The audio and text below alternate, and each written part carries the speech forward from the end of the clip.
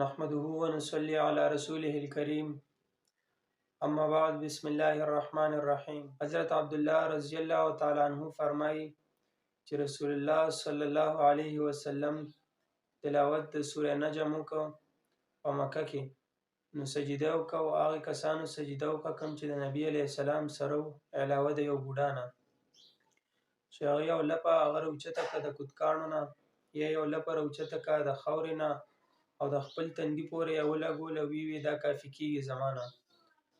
نو عبدالله رضی الله تعالی عنہ فرمایي چې ما دغه سړي له ولید پس د دې نه چې کافر ووژلی شو. د دې حدیث شریف نه دا خبره معلومیږي چې سجده تلاوت کله په ذمه باندې واجب شي، نو د هغې ادایګي زر تر زره کول پکار دی، او ټال مټول په هغې کې کول نه دي پکار. اوس سجده تلاوت دا څنګه واجبېږي، د دې د کولو طریقه به سي. د هغې دپاره لس خبرې هغه پیژندل ضروري دي، په ذهن کې ښودل ضروري دي. اولنۍ خبره چې سجده تلاوت هغه په څه سره واجبېږي. نو سجده تلاوت واجبېږي د سجده تلاوت آیت لوستو سره، یا د سجده تلاوت آیت اورېدو سره. یعنې یو انسان هغه په خپله تلاوت کوي او د هغه مخې ته د سجده تلاوت آیت راغی او هغه ولوست هغې آیت له، په دې سره د ده په ذمه باندې سجده تلاوت واجب شو. دویم دی په یو مجلس کې ناست دی، په هغې مجلس کې قرأت کېږي او آیت د سجده تلاوت ولوستلی شو، نو اوس د ده په ذمه باندې او د هغې کس په ذمه باندې هم چا چې قرأت کړی دی او د دې کس په ذمه باندې هم چا چې اورېدلی دی سجده تلاوت هغه واجب شو.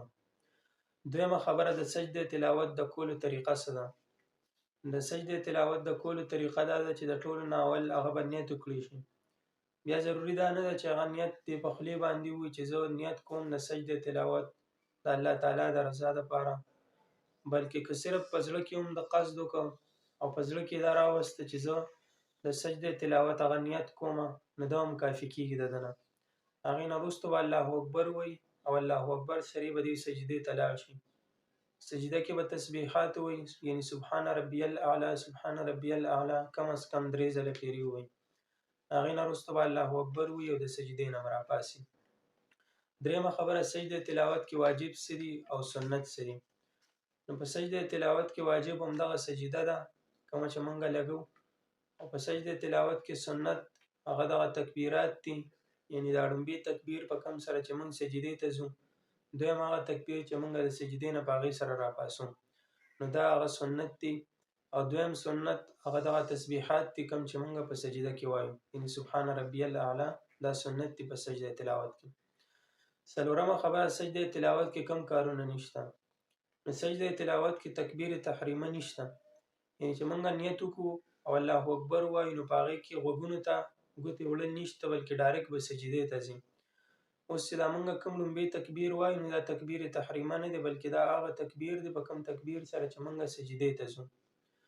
دویم بیا چې کله مونږ سجده وکړو نو د سجدې نه وروسته چې الله اکبر وایو نو نه په اتحیاتو باندې کېناستل شته او نه تشهد ویل شته، بلکې چې سجده وشوه تسبیحات ویلی شول، د هغې نه وروستو الله اکبر سره زمونږ ذمه فارغه شوه او پابسو، د هغې نه وروستو بیا بل څه نشته. پنځمه خبره سجده تلاوت کې مستحب څه دي. نو اول دا خبره پیژندل پکار دي چې په سجده تلاوت کې دا ضروري نه ده چې دا نیت دې په ولاړه وکړي شي یا نیت دې په ناسته باندې وکړي شي، خو البته علما فرمایي چې مستحب په دې کې هغه قیام دی چې انسان کله نیت کوي په ده په ذمه باندې سجده تلاوت واجب ده، دې نیت کوي نو دله پکار دي چې په ولاړه باندې نیت وکړي، بیا الله اکبر ووایي او هغې سره سجدې ته لاړ شي. شپږمه خبره د سجده تلاوت دپاره شرطونه څه دي. د سجده تلاوت دپاره هم هماغه څنګه شرطونه دي کوم شرطونه چې د عام مونځ کې د سجدې دپاره، یعنې ځای پاک، بدن پاک، جامه پاکه، قبلې ته مخ کول او دس کې اوسېدل، نو همدغه شرطونه هغه د سجدې تلاوت دپاره هم دي. سجده تلاوت دپاره هم اودس ضروري دی، قبلې ته مخ کول هم ضروري دي، ځای پاک به هم وي، کپړه به هم پاکوي، جامې به هم پاکي، نو دا شرطونه هغه دي د سجده تلاوت دپاره. اوومه خبره سنت طریقه د سجده تلاوت څه ده. نو سنت طریقه د سجده تلاوت هماغه څنګه ده څنګه سنت طریقه چې د مونځ د سجدې وه، یعنې د مونځ په سجده کې چې د ټولو نه اول به مونږ کونډۍ په ځمکه باندې لګولې، هغې نه وروستو به مو لاسونه په ځمکه باندې لګول، د هغې نه وروسته پوزه وه او بیا تندی و. نو هماغه رنګې په دې سجده کې هم دغه سنت دی. اول به کونډۍ ولګوو، د هغې نه وروسته به لاسونه ولګوو، بیا پوزه، بیا سجده. بیا په سجده کې هغه تندی به ولګوو. بیا چې کله د سجدې نه پاسو نو اول به تندي اوچت کړو، بیا به پوزه اوچته کړو، بیا به لاسونه اوچت کړو، د هغې نه وروسته به بیا کونډۍ هغه اوچتې کړو. اتمه خبره، د سړي او د ښځې په سجده تلاوت کې فرق شته او که نه؟ نو د سړي او د ښځې په سجده تلاوت کې فرق شته. څنګه چې د مونځ په سجده کې د ښځې سجدې هغه جدا وي د سړي د سجدو نه، نو همدغه شانتې سجده تلاوت کې هم فرق دی. د ښځې طریقه هغه د هغه په شانتې ده څنګه چې د هغې د مونځ طریقه وه. د سړي طریقه هم هماغه شانتې ده کوم چې د مونځ د سجدې طریقه وه د هغه دپاره. نو دا قسمه فرق هغه د ښځې او د سړي د سجده تلاوت په منځ کې دی. ناخمه خبره، په یو ځای ډېرې سجدې کولی شي او که نه؟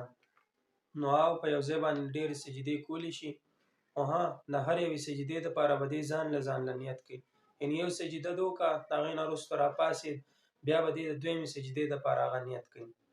لسمه خبره، ډېرې سجدې چې کوي نو د هرې سجدې دپاره هغه قیام ضروري دی او که نه؟ نو نه، د هرې سجدې دپاره قیام ضروري نه دی، بلکې د سجده وکړه، د هغې نه راپاڅېده، بیا یې په ناسته باندې نیت وکړه، بیا سجدې ته لاړ، نو دا کافي کېږي د ده نه.